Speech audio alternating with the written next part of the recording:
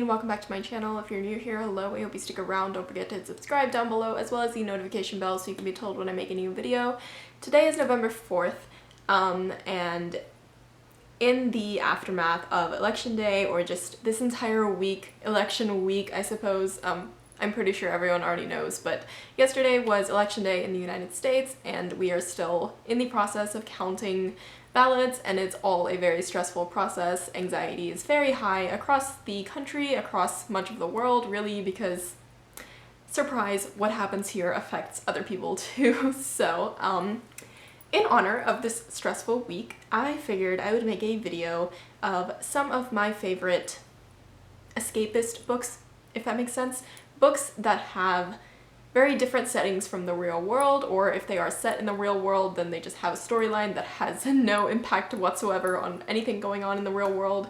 And also I figured it would be a good idea to kind of have a section of books that I've already read to recommend, and also a section of books that I think, based on what I've heard, would be good escapist books, because I am not currently rereading any books, so I figured I would also pick up a couple this month just to read them and kind of have a little peace of mind where I'm not thinking about the election. So that's how this video is gonna go, basically. The first book I'm going to recommend is one I've already read, and that is House of Salt and Sorrows by Aaron A. Craig. I'm sorry, I'm just gonna butcher every single name in this video, whether it's hard to pronounce or not.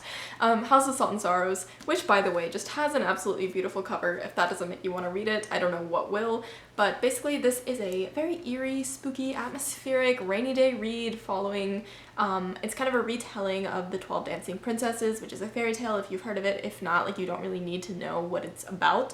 But basically there are these 12 sisters who live in this spooky manor by the sea, and they're dying off one by one.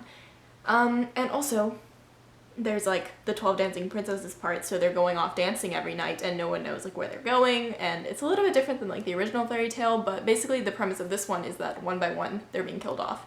And one of the middle sisters, who's like the main character of the story, is trying to figure out what's happening to her sisters, because everybody thinks it's an accident, a coincidence that they're all dying one by one. She's like, no, something's going on, and if I don't figure out what's happening, I'm gonna be next. And it is super spooky, atmospheric, definitely a quick read.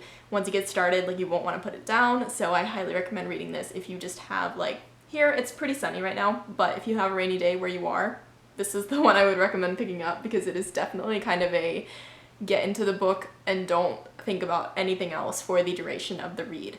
And I think that is perfect for this situation. But if you're like me and you don't have a rainy day on hand, don't worry, because I have Cersei by Madeline Miller, which I recommend all the time, whether you're trying to look for an escape or not. This book is absolutely beautiful, and of course it is set on Cersei's island, which is where she is exiled, so literally there is no outside influence, not to mention it's set in like ancient Greek times, whatever. But basically escapism at its finest. You get very cottagecore, heartwarming, beautifully written, just an amazing storyline that does not want to be put down. It is so amazingly written and just a beautiful story altogether. I'm not saying it's gonna be like a happy story. I feel like when you read like happy fluffy books, you're like, okay, I'm reading this thing that is so completely different and so happy just to get me out of this situation. But in my mind, if I'm reading something like that, I can't focus on it because I'm like, this is too happy. Like, I can't just totally transplant all of my emotions and just forget about them. So if I have something that takes enough brain power and enough emotional power to kind of distract my emotions and focus them on something else that is like less stressful, I think that helps more for me. So anyways, not a happy book. I just went on a completely unnecessary tangent, but basically, highly recommend this book. It's very good if you haven't read it, and it's not super long again, so these are all like one-day reads. If you have a few hours, you just want to get out of your head. This next book is also sort of a rainy day read, and that is Six of Crows, and I think high fantasy, not even high fantasy, just like fantasy in general is very good for escapism because it creates an entirely new world, and you kind of have to devote enough brain power to kind of conceptualize the entire world and forget about what's going on in the real world. So I think Six of Crows is definitely a good one for that, because it has a lot of characters, it has a lot of, you know, issues in the book, so it's not totally just like a happy book, but it is different enough from the real world that you can distract yourself, lose yourself in the streets of Ketterdam for a little while, and it's a very good book, and you're gonna fall in love with the characters, and I don't know what more you could want. Also, this cover is gorgeous. All of these covers are gorgeous. I feel like I don't buy books unless their covers are very pretty. So if you don't know what Six of Crows is already, I keep forgetting to give synopses for these books. I'm sorry. Six of Crows is a heist book following 6 characters, hence Six of Crows, and they have to pull off this heist or something bad will happen. Basically is the premise of the book. But there's so much more to it than that, so read it. Switching it up a little, I feel like I'm just flip-flopping back and forth between like sunny day reads and rainy day reads. This is another one of those sunny day reads. We Were Liars. I recommended this in my actually my summer reads video. If you haven't watched that, I'll link it up there.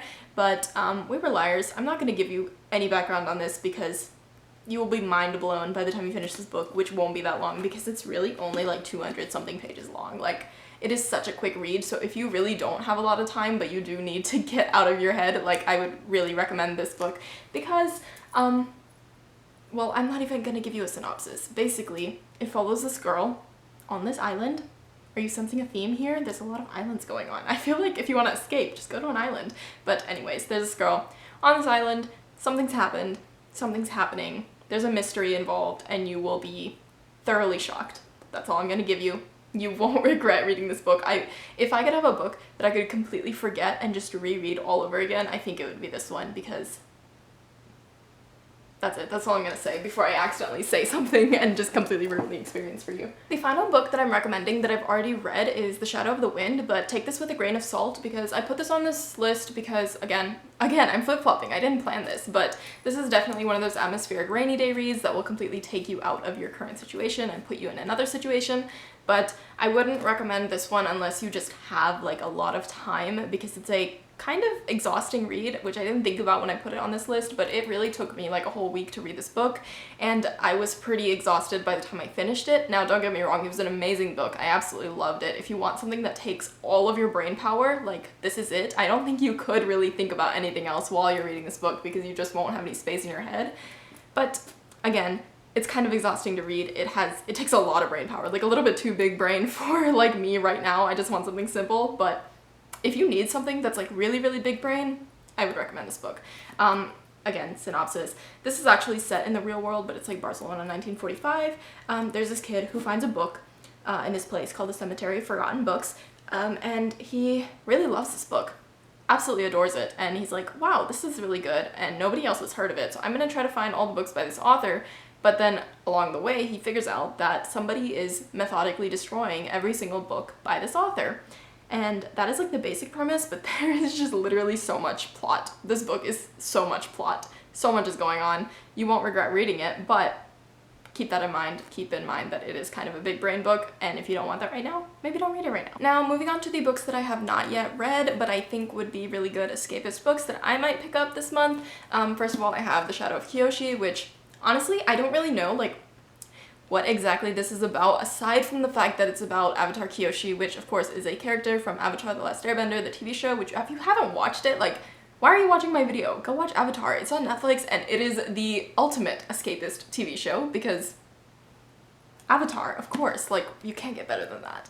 Anyways, if you have watched Avatar, like me, and you absolutely love it, then maybe you should pick up the, sorry, not The Shadow of Kyoshi, that is book 2. The Rise of Kyoshi is book 1, which I need to read. It's a little bit thicker than I actually thought it was. It's like a little over 400 pages, but I think it is set like in a different world, obviously in a different time period, which is already kind of a world familiar to me because I have watched Avatar, so it would kind of be like dipping into a new storyline in a familiar world, which is kind of what I like to do with escapism sometimes, so it doesn't take as much brain power to kind of set up the entire new world because you've already kind of been in that world before, and I've enjoyed that world before. So for me personally, I think this would be a good pick. It's about Avatar Kyoshi, who was like 2 avatars before Aang, if you've seen the show. Yeah, that's all I really know about it, and that a lot of people really love it, and it's got some LGBT themes, so there's that. But yeah, that's all I'm gonna say about this one. Next, I have The Song of Achilles, which again, I have not read, but I really wanted to read it this month anyway, so I think I might just do that.